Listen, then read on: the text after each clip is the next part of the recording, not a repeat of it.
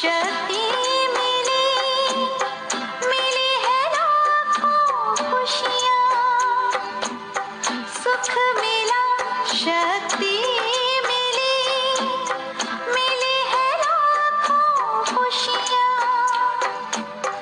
जैसे होता गुलों से गुलशन, यूं ही सजी हमारी दुनिया। नजरों से तेरी नजर मिली तो हम कितने निहाल हुए, बन के बाबा आपके हम कितने धनवान हुए।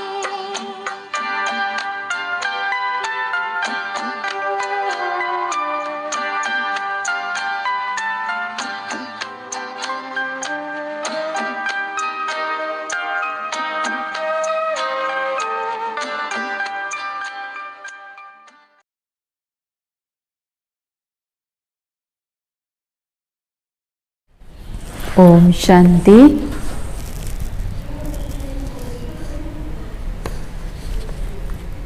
आज बाबा की 11 नवंबर 2020 की साकार महावाक्य सुनेंगे।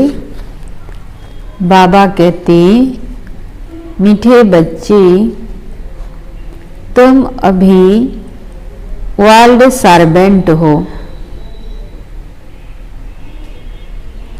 तुम अभी वर्ल्ड सर्वेंट हो। तुम्हें किसी भी बात में देह अभिमान नहीं आना चाहिए। तो हम कौन हैं? वर्ल्ड सर्वेंट अर्थात विश्व सेवाधारी। विश्व सेवाधारी को किसी भी बात में देह अभिमान नहीं आना चाहिए। प्रश्न बाबा पूछ रहे हैं, कौन सी एक आदत ईश्वरीय कायदे के विरुद्ध है जिससे बहुत नुकसान होता है? कौन सी एक आदत ईश्वरीय कायदे के विरुद्ध है जिससे बहुत नुकसान होता है? उत्तर बाबा कहते, कोई भी फिल्म कहानियाँ सुनना व पढ़ना, नॉवेल्स पढ़ना। बाबा क्या कहते? कोई भी फिल्म कहानियाँ सुनना व पढ़ना, नॉवेल्स पढ़ना, यह आदत बिल्कुल बेकायदे है। इससे बहुत नुकसान होता है। बाबा की मना है, बच्चे, तुम्हें ऐसे कोई किताबें नहीं पढ़नी है। अगर कोई बीके ऐसी पुस्तकें पढ़ता है तो तुम एक दो को सावधान करो। क्या कहते बाबा? अगर कोई ऐसी पुस्तकें कोई पढ़ता है, फिल्म की कहानियाँ, नॉवेल्स पढ़ना सुनना, तो इससे क्या होता है? बाबा उनको सावधानी देते हैं कि तुम भी एक दो को सावधान करो। गीत है, मुखड़ा देख ले प्राणी जरा दर्पण में, पाप है कितना पुण्य है कितना, देख तेरे जीवन में। मुखड़ा देख ले प्राणी जरा दर्पण में। ओम शांति। मीठे मीठे रूहानी बच्चों प्रति रूहानी बाप कहते हैं, अपनी जांच करो कि याद की यात्रा से हम तमो प्रधान से सतो प्रधान तरफ कितना आगे बढ़े हैं। क्योंकि जितना जितना याद करेंगे उतना पाप कटते जाएंगे। अब यह अक्षर कहाँ कोई शास्त्र आदि में लिखे हुए हैं? बाबा पूछ रहे हैं, ऐसा अक्षर कहाँ कोई शास्त्रों में लिखे हुए हैं कि हम शिव बाबा को जितना याद करेंगे उतना सतो प्रधान बनते जाएंगे। क्योंकि जिसने धर्म स्थापन किया उसने जो समझाया उसके शास्त्र बने हुए हैं, जो फिर बैठ पढ़ाते हैं, पढ़ते हैं, पुस्तक की पूजा करते हैं। अब यह भी समझने की बात है, जबकि यह लिखा हुआ है, देह सहित देह के सब संबंध छोड़ अपने को आत्मा समझो। बाप याद दिलाते हैं, तुम बच्चे पहले पहले अशरीरी आए थे, वहाँ तो पवित्र ही रहते हैं। मुक्ति जीवन मुक्ति में पतित आत्मा कोई जा नहीं सकती। वह है निराकारी निर्विकारी दुनिया। इसको कहा जाता है साकारी विकारी दुनिया। फिर सतयुग में यही निर्विकारी दुनिया बनती है। सतयुग में रहने वाले देवताओं की तो बहुत महिमा है। अब बच्चों को समझाया जाता है, अच्छी रीति धारण कर औरों को समझाओ। तुम आत्माएं जहाँ से आई हो पवित्र ही आई हो, फिर यहाँ आकर अपवित्र भी जरूर होना है। सतयुग को वाइसलेस वर्ल्ड, कलयुग को विशेष वर्ल्ड कहा जाता है। अब तुम पतित पावन बाप को याद करते हो कि हमको पावन वाइसलेस बनाने आप विशेष दुनिया विशेष शरीर में आओ। देखो, भगवान को बुलाते हैं, लेकिन कैसे? किस विशेष दुनिया में आओ, हमको पावन बनाने, वाइसलेस बनाने। बाप खुद बैठ समझाते हैं, ब्रह्मा के चित्र पर ही मूंझते हैं कि दादा को क्यों बिठाया है। समझाना चाहिए, यह तो भागीरथ है। शिव भगवान वाच है, यह रथ मैंने लिया है, क्योंकि मुझे प्रकृति का आधार जरूर चाहिए, नहीं तो मैं तुमको पति से पावन कैसे बनाऊं। रोज पढ़ाना भी जरूर है। अब बाप तुम बच्चों को कहते हैं, अपने को आत्मा समझ मामेकम याद करो। सभी आत्माओं को अपने बाप को याद करना है। कृष्ण को सभी आत्माओं का बाप नहीं कहेंगे। कृष्ण छोटा बच्चा है ना, उसको कहेंगे क्या सभी आत्माओं का बाप? उनको तो अपना शरीर है, तो यह बाप बहुत सहज समझाते हैं। जब भी किसी को समझाओ तो बोलो, बाप कहते हैं तुम अशरीरी आए, अब अशरीरी बनकर जाना है। वहां से पवित्र आत्मा ही आती है। परम धाम से जो भी आत्मा आती है धरती पर, पवित्र आत्मा ही आती है। भल कल कोई आते तो भी पवित्र हैं, तो उनकी महिमा जरूर होगी। बाबा कहते जो भी पवित्र आत्मा आते हैं परम धाम से, उनकी महिमा जरूर होगी।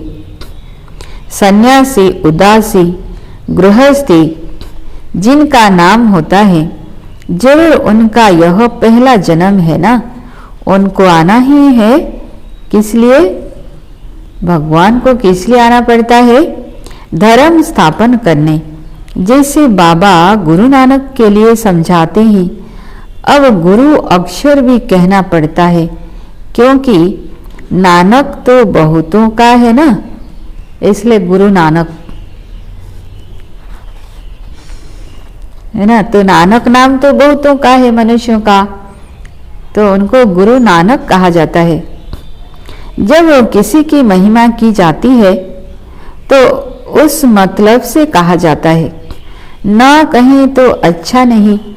वास्तव में बच्चों को समझाया है, गुरु कोई भी है नहीं सिवाय एक के, जिसके नाम पर ही गाते हैं सतगुरु अकाल वह अकाल मूर्त है, अर्थात जिसको काल न खाए वह है आत्मा। आत्मा को कभी काल नहीं खा सकता। आत्मा तो अजर अमर अविनाशी है। काल तो शरीर को खाता है, आत्मा को नहीं। तब यह कहानियां आदि बैठ बनाई है। फिल्म, कहानियों की किताब, नॉवेल्स आदि भी बहुत पढ़ते हैं। बाबा बच्चों को खबरदार करते हैं, कभी भी कोई नॉवेल आदि नहीं पढ़ना है।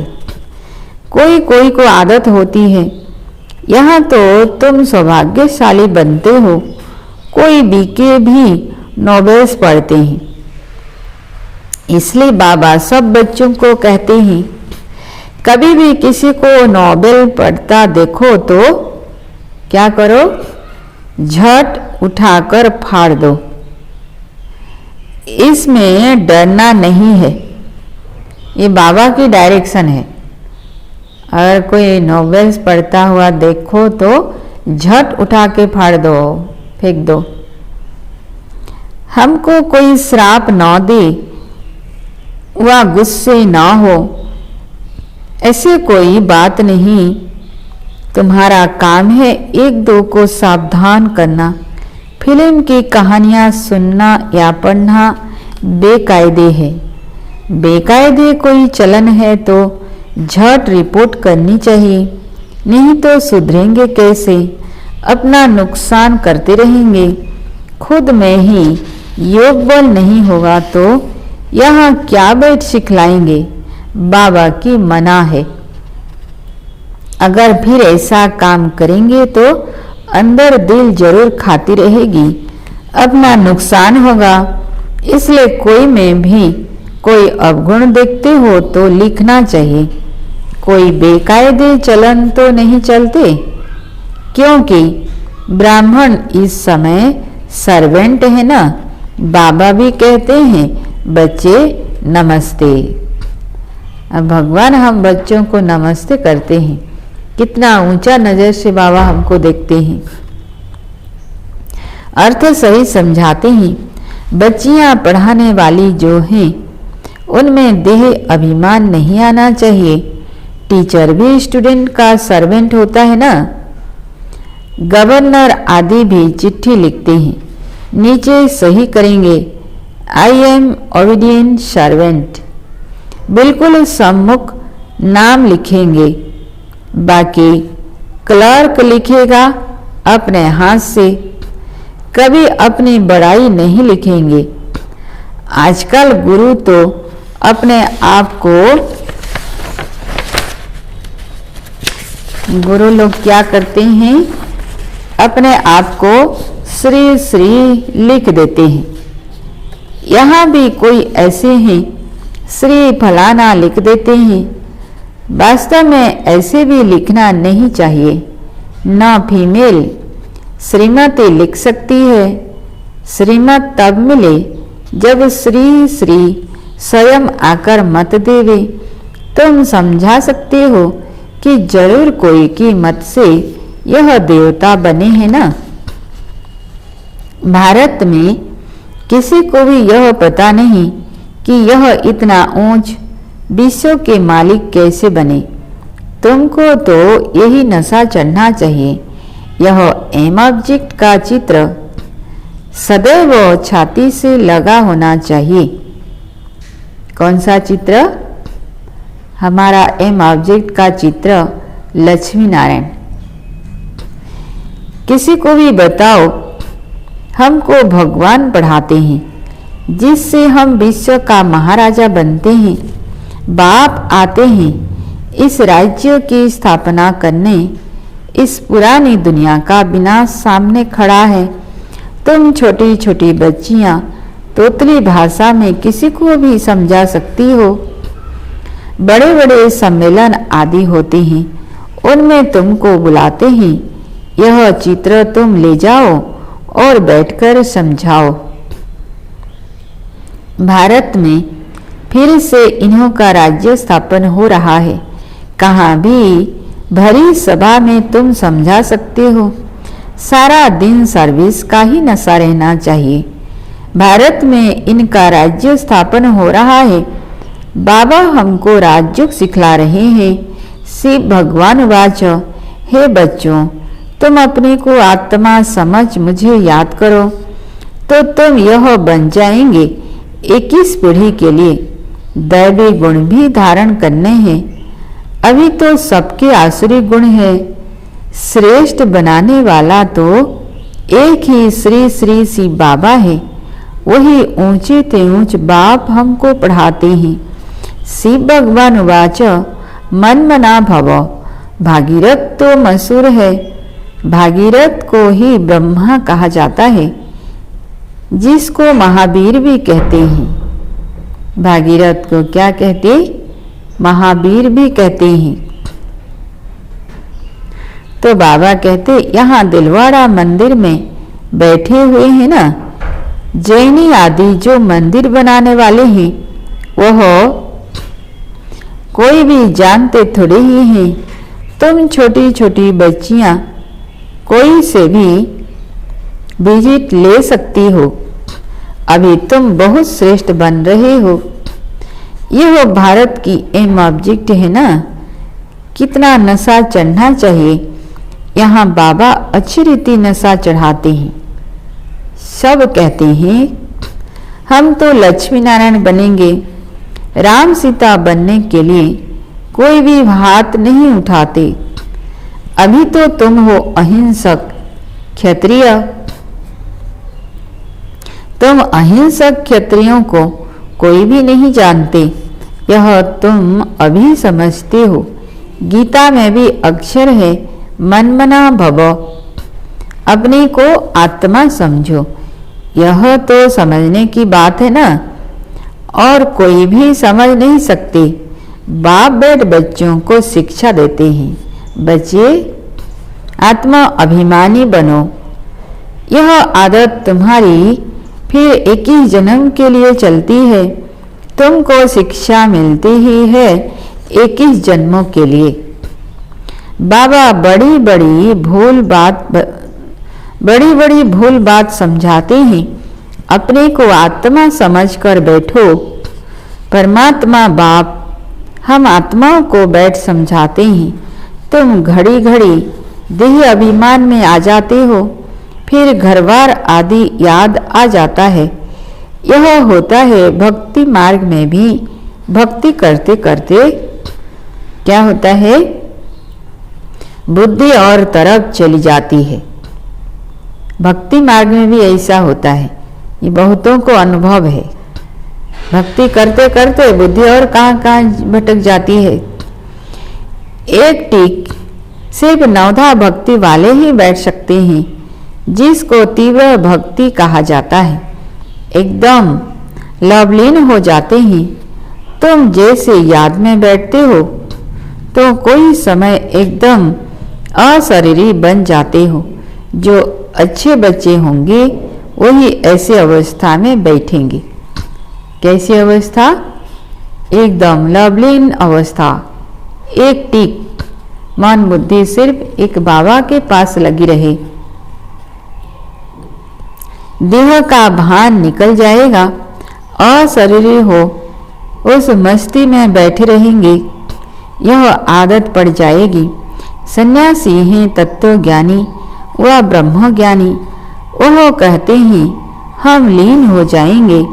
यह पुराना शरीर छोड़ ब्रह्म तत्व में लीन हो जाएंगे।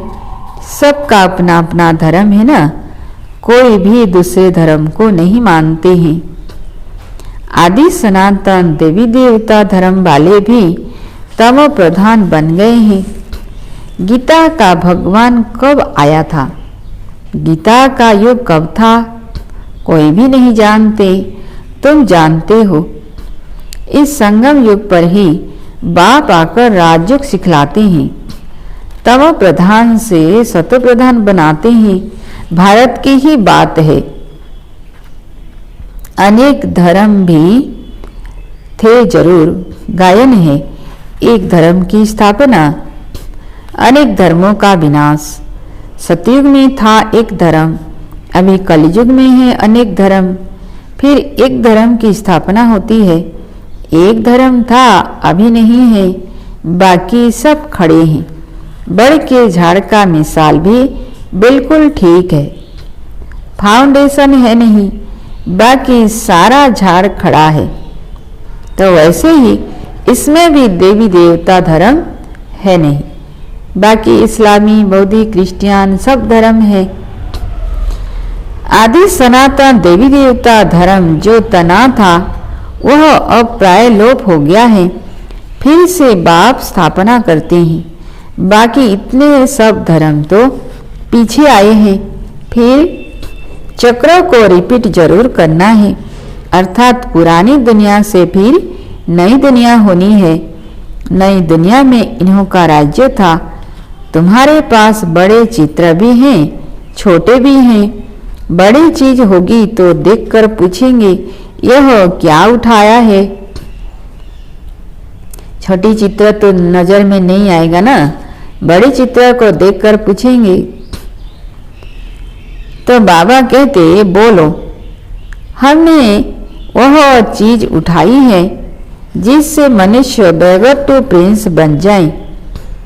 दिल में बड़ा उमंग, बड़ी खुशी रहनी चाहिए। हम आत्माएं भगवान के बच्चे हैं। आत्माओं को भगवान पढ़ाते हैं। बाबा हमको नैनों पर बिठाए ले जाएंगे। इस छिछी दुनिया में तो हमको रहने का नहीं है। आगे चल त्राही त्राही करेंगे। बाबा कहते ऐसा सीन सिनेरी आएगी, आगे चलकर त्राही त्राही करेंगे। बात मत पूछो, करोड़ों मनुष्य मरते हैं, यह तो तुम बच्चों की बुद्धि में है। हम इन आँखों से जो देखते हैं यह कुछ भी रहना नहीं है। यहाँ तो मनुष्य है कांटो मिसल। सतयुग है फूलों का बगीचा। सतयुग को क्या कहते? फूलों का बगीचा। फूल तो खुशबू देते हैं और यहाँ कलयुग में सब कांटे हैं, एक दूसरे को दुख देते हैं। तो बाबा कहते फूलों का बगीचा, हमारे नयन ही ठंडे हो जाएंगे। बगीचे में जाने से नयन ठंडे शीतल हो जाते हैं ना। तो तुम अभी पद्मा पदम भाग्यशाली बन रहे हो। ब्राह्मण जो बनते हैं उनके पाँव में पदम है। तुम बच्चों को समझाना चाहिए। हम यह राज्य स्थापन कर रहे हैं, इसलिए बाबा ने बैच बनवाए हैं। सफ़ेद साड़ी पहनी हुई हो, बैच लगा हो, इससे स्वतः सेवा होती रहेगी। बाबा क्या कहते? सफ़ेद साड़ी पहनी हुई हो और बैच लगा हो तो ये भी स्वतः सेवा होती जाएगी। क्योंकि देख कर के लोग पूछेंगे, बैच को देख के पूछेंगे, साड़ी को देख के भी पूछेंगे। तो इससे स्वतः सेवा होती रहेगी। मनुष्य गाते हैं आत्मा परमात्मा अलग रहे बहुकाल। सुंदर मिला कर दिया जब सद्गुरु मिला दलाल। परंतु बहुकाल का अर्थ कोई भी समझते नहीं है। तुमको बाप ने बताया है कि बहुकाल अर्थात बहुकाल का अर्थ क्या है? 5000 वर्ष के बाद तुम बच्चे बाप से मिलते हो।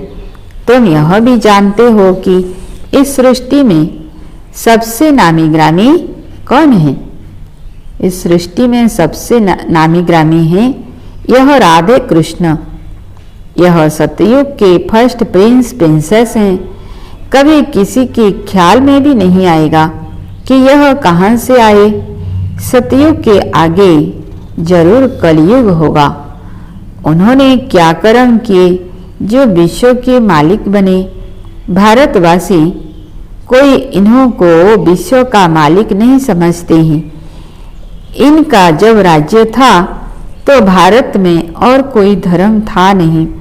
अभी तुम बच्चे जानते हो, बाप हमको राजयोग सिखा रहे हैं। हमारे एम ऑब्जेक्ट यह है। भल मंदिरों में उनके चित्र आदि हैं, परंतु यह थोड़ी ही समझते हैं कि इस समय यह स्थापना हो रही है। तुम्हारे में भी नंबरवार समझते हैं, कोई तो बिल्कुल ही भूल जाते हैं। चलन ऐसे होती है जैसे पहले थी। यहाँ समझते बहुत अच्छा है, यहाँ से बाहर निकले और खलास। सर्विस का शौक रहना चाहिए। सबको यह पैगाम देने की युक्ति रचें। मेहनत करनी है, नशे से बताना चाहिए। शिव बाबा कहते हैं, मुझे याद करो तो पाप मिट जाएंगे। हम एक शिव बाबा के सिवाय और किसी को याद नहीं करते हैं। अच्छा, मीठे मीठे सिक्के लधे बच्चों प्रति माता पिता बाप दादा का याद प्यार और गुड मॉर्निंग। रूहानी बाप की रूहानी बच्चों को नमस्ते।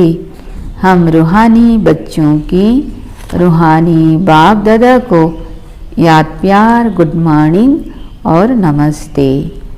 बाबा नमस्ते। शुक्रिया बाबा, शुक्रिया। धारणा के लिए मुख्य सार। पहला पॉइंट, एम ऑब्जेक्ट का चित्र सदा साथ रखना है। नशा रहे कि अभी हम श्रीमत पर विश्व का मालिक बन रहे हैं।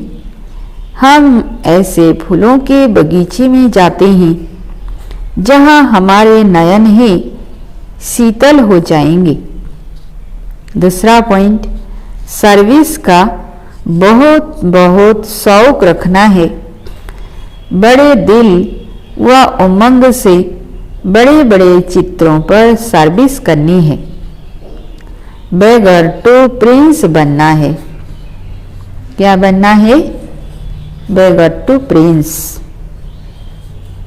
वरदान आज बाबा की, यज्ञ सेवा द्वारा सर्व प्राप्तियों का प्रसाद प्राप्त करने वाले ऑलराउंड सेवाधारी भव। यज्ञ सेवा द्वारा सर्व प्राप्तियों का प्रसाद प्राप्त करने वाले ऑलराउंड सेवाधारी भव। विस्तार में संगम युग पर ऑलराउंड सेवा का चांस मिलना, यह भी ड्रामा में एक लिफ्ट है। जो प्यार से यज्ञ की ऑलराउंड सेवा करते हैं, उन्हें सर्व प्राप्तियों का प्रसाद स्वतः प्राप्त हो जाता है। बाबा क्या कहती? जो प्यार से यज्ञ की ऑलराउंड सेवा करते हैं, उन्हें सर्व प्राप्तियों का प्रसाद स्वतः प्राप्त हो जाता है। वे निर्विघ्न रहते हैं। एक बारी सेवा की और 1000 बार सेवा का फल प्राप्त हो गया। क्या कहा बाबा? एक बारी सेवा किया और 1000 बार सेवा का फल प्राप्त हो गया। सदा स्थूल सूक्ष्म लंगर लगा रहे, किसी को भी संतुष्ट करना, यह सबसे बड़ी सेवा है ना? क्या कहते बाबा? किसी को भी संतुष्ट करना, यह है सबसे बड़ी सेवा। मेहमान निवाजी करना, यह सबसे बड़ा भाग्य है। ये भी भाग्य से मिलता है। मेहमान निवाजी करना, घर में कोई मेहमान आए उसकी खातिरी करना, ये भी भाग्य की बात है। स्लोगन है, स्वमान में स्थित रहो तो अनेक प्रकार के अभिमान स्वतः समाप्त हो जाएंगे। स्वमान में स्थित रहो तो अनेक प्रकार के अभिमान स्वतः क्या होगा? समाप्त हो जाएंगे। ओम शांति।